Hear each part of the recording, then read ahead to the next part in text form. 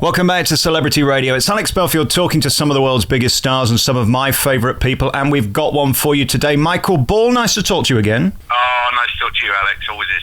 Do you know, I was looking at my little black book, and we first did an interview in 2000, and we've done them, 5 or 6 hour specials for the BBC, and you come back with this brand new album, and I have to ask you one honest question. Yeah. What is it with the facial hair, Michael? We're not liking it? I'm rocking a beard. No, well, let me tell you, the current Mrs. Belfield reckons that it chafes on the inner thigh. I've had that complaint. Here's the thing. You hit an age, you'll find this out. You hit an age, it covers a multitude of sins. Right. But no, I'm bang on trend. I know. Everyone is wearing a beard, and it won't be forever. I don't know how long it'll be, but I quite like the look. I get it, and it suits you, but the thing is, I've just lost a bit of weight, and I've got this gobble neck at the minute. I look like a turkey, and I'm thinking, would a beard actually cover it, or is it just polishing a turd? I'm not sure which, to be honest. Well, in your case, now, it would be ideal. I think it'd be bang on trend. It hides a double chin beautifully. Whether it'll hide gobbleneck, I don't know, because I've never lost enough weight to actually have it. I want to talk to you honestly about this new album, because I was sent it last week, and I really think it's tremendous. The last time we spoke face to face was at Hairspray, and there you were sat opposite me with boobs and a frock, and now you're back doing proper Michael Ball. And I said in my review of this, what I love about you is you mix new and old effortlessly, and it doesn't sound crap and cheesy. Congratulations on that. Oh, what a lovely thing to say. Thank you. I would say this, wouldn't I? But I am probably as proud of this album as anything I've ever done. It's the most hands-on I've been with the experience. Because it's the 19th studio album I've done, so I understand the process of making it, of producing, and of the sound that I want. I loved the experimentation with me doing the block harmonies on some of the songs myself, and working out the vocal lines for that.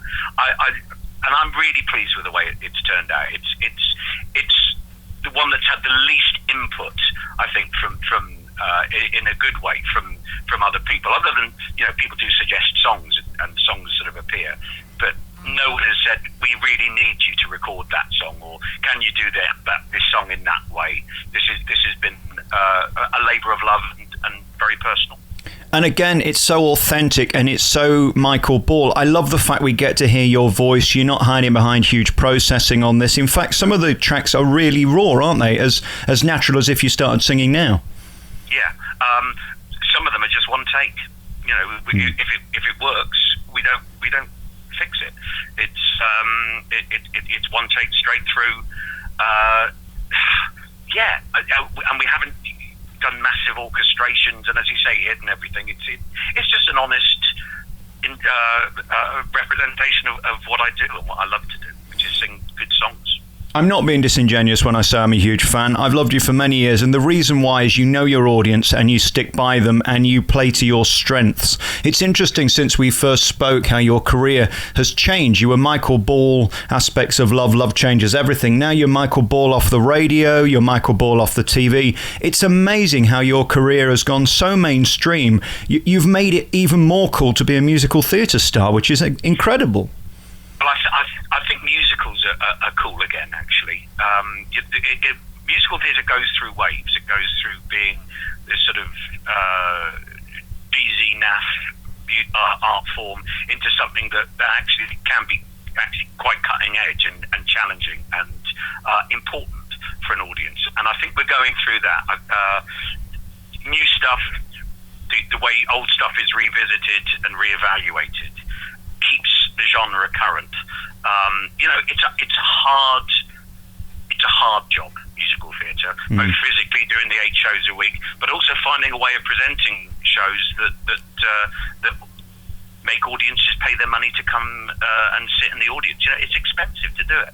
It's the same with putting together a concert, a live show. You want to be able to give an audience what they want, what they expect, but also find a way of presenting new stuff that they're going to be equally as excited about, and means that they'll come to the next show.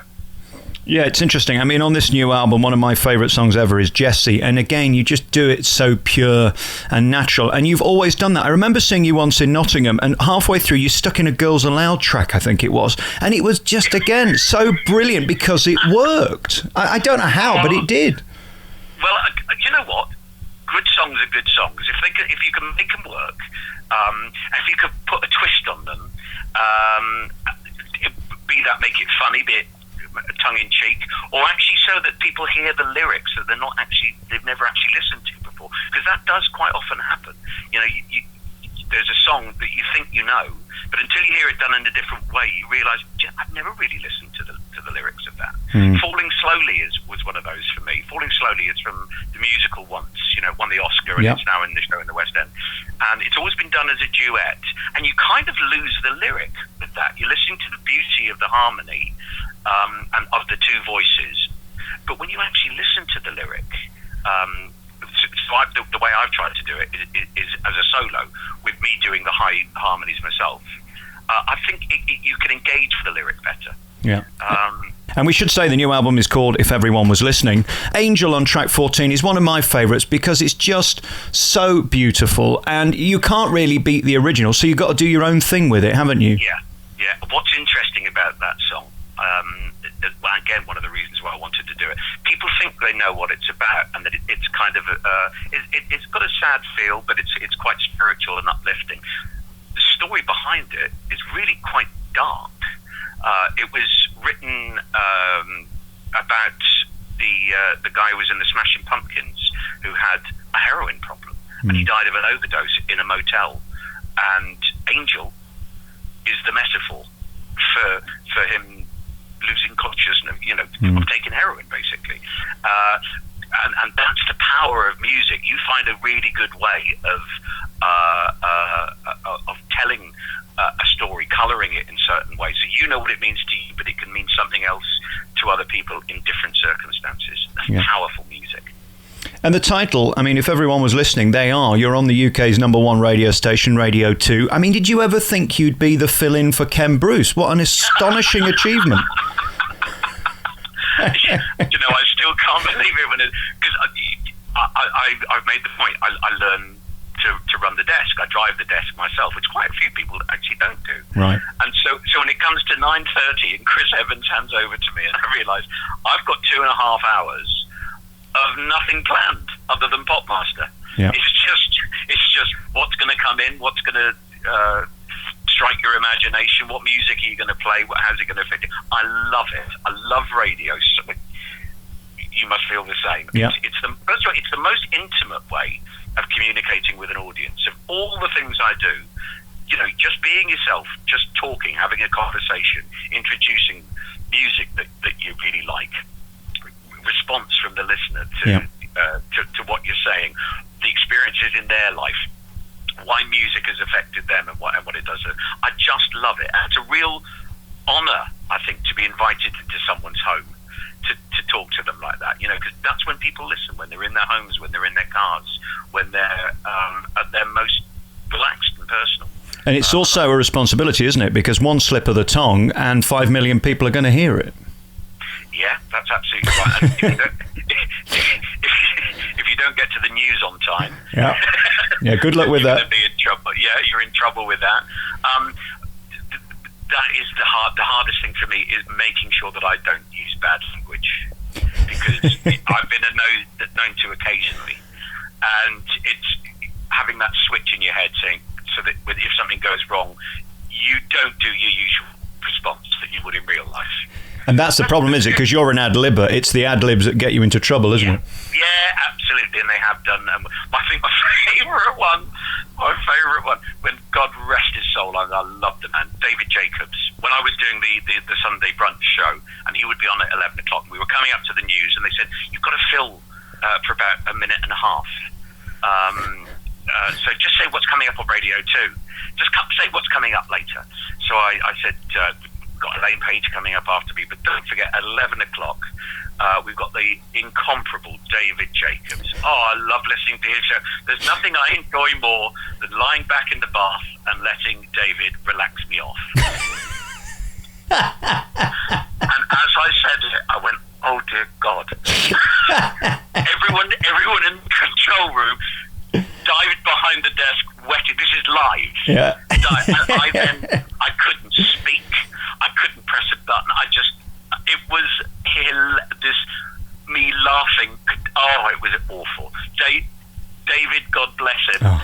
Then that night in his show, he said, well, I'm enjoying relaxing Michael off in the bath as we speak. And it's why I instituted the Sunday soak in my show, is in memory of David Jacobs. That was always what it was, the Sunday soak, the picture of me relaxing someone off in the bath. But, I mean, Radio 2 does get away with it. I mean, you follow Paul O'Grady. His final thing is the happy ending. I mean, how did that get past the regulators? Because we are masters of the double entendre. I think so. Although my last boss, she said if I have any double entendre in the programme, I've got to whip it out. So I did. I'm going to use that. Yeah, you must. It's also extraordinary, isn't it, that if you did a month of shows in the West End, it wouldn't equal 1.5 hours ratings on your radio show. It's strange, that. Yeah, when you have and so many diverse areas of life, people listening, Yeah. Every part of the country, every colour, creed, age, job description, you name it. It's a really powerful and lovely thing, radio. I always think you've got it absolutely right. You don't get involved with the nonsense. We don't see you falling out of clubs. You don't do PR for the sake of it. You've got a talent, so you'll always be able to perform, whether you do it in a big, huge theatre or whether you do it in a working men's club. You're always going to earn money. And you're riding high, and you have done for 30 years. It's extraordinary, isn't it, that your trajectory of success continues just to get bigger and bigger and bigger? It's a lot of it is luck. I don't think so. I really don't, Michael. I really don't think it is, honestly. Well, I suppose you do make your own luck to a certain extent. I think you get a reputation as someone who will work hard, who will try and do the job that is asked of them, and will do the research, do the work, do the preparation, and try and be consistent. The bottom line is I have real respect for an audience. Right. I know I'm only doing this because people are bothered. And I continue to make records because people bought the last ones. Yeah. People will come to a show because they came to the last ones, and you hope they're going to come again. I've never taken it for granted. I like having my own life, if you know what I mean. Yeah. That I have a real life, and I share some of that, but not all of it. And I'm fairly private, but not sort of weird about it. Yes. There's no such thing as a normal person, but I think a lot of people can relate to me and what I do. Yeah. And I don't know what the success is, and if I did, I wouldn't tell anyone. Right. Don't analyse it. I'm not going to. Yeah, exactly. I'm just going to hope that people will still be bothered in the next 30 years. Very finally, could anything make you nervous now? It seems like you've mastered live TV, live radio, live theatre. If you can do all of those three things well and keep getting rebooked for them, you're not doing bad. Do you have any nerves now? Is there any... Yeah, absolutely. Every new project, is something... I'm nervous with the release of an album. When a new show is put together. Yeah. Before going live... with the Ken Bruce thing, going live to that sort of an audience, always will have a tingle, and always it's controlling it. It's recognizing what it is and making it a force for good, as opposed to a force for destroying yourself, and being able to control it. I would hope everyone felt that a bit. I think the more you do something, the more used to it you are, the less nervous you become. But and you find nerves hit at the oddest times. I could be singing for a group of 30 people and be terrified because it's so small and intimate and you're so exposed. You go out onto a stage, onto a live telly, and I've got no nerves sometimes for that. You never know. You never know when they're going to hit and be destructive either. Are you currently shaking right now with nerves speaking to me? Terrified, mate. I know. I have this effect on normally women, not normally men, but... Do you get nervous doing anything? Yeah, again, it's the small ones. The big ones are fine. It's when you can see them. That always terrifies me. And some guests, if you've got... I did Marco Pierre White last week. You see, with you, I know you're going to get it. When it's somebody like Marco I've never done before, you know he will tell you to F off if you make a fool of yourself. And you don't really want that when you're either live or you're trying to make a good show of yourself. It's those moments that you're not quite sure, isn't it? Yeah, but you know as well as I do, the secret to it all is preparation. Right. You know, if you've done your research, if you've done your rehearsals, if you know what's expected of you, then you can go in with a certain amount of confidence. And mine's sycophancy as well. Tell the guests they're a genius, you're off to a good start. And also that they're very complex. People love that. Yeah. You're a very complicated person, aren't you? You're very deep. Anyway, I'm going to go now because I've got an image of you in the bath. And with that beard, it's somewhat put me off. Get rid of that, mate. Honestly, seriously, Michael, come on. No, I'm loving it. I'm loving my beard. I told Russell Watson the same the other week. He needs to get a shot of his as well. It's peculiar. Well, you've got one. Yeah, he's got this hairy fairy thing on the front of his mouth. It's strange. Oh, you're just jealous because yours is ginger. I know. I've got many things to be jealous of. That's not one of them.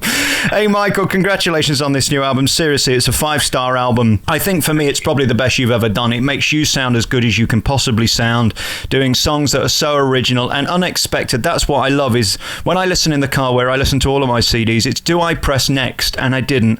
I'm so proud of the fact you embrace your audience and you don't try and be a smart ass and do stuff that people don't want. You play to your strengths, and that's commendable, seriously. I really appreciate that. I genuinely do. Thank you. Thank you very much. Can I use that as a quote? You can have it. It's yours. The brand new album by Michael Ball is If Everyone Was Listening, and they are. The new tour, of course, will be on stage next year. The album's out now. You can get it via Amazon. Great to talk to you, Michael. You too, mate. God bless.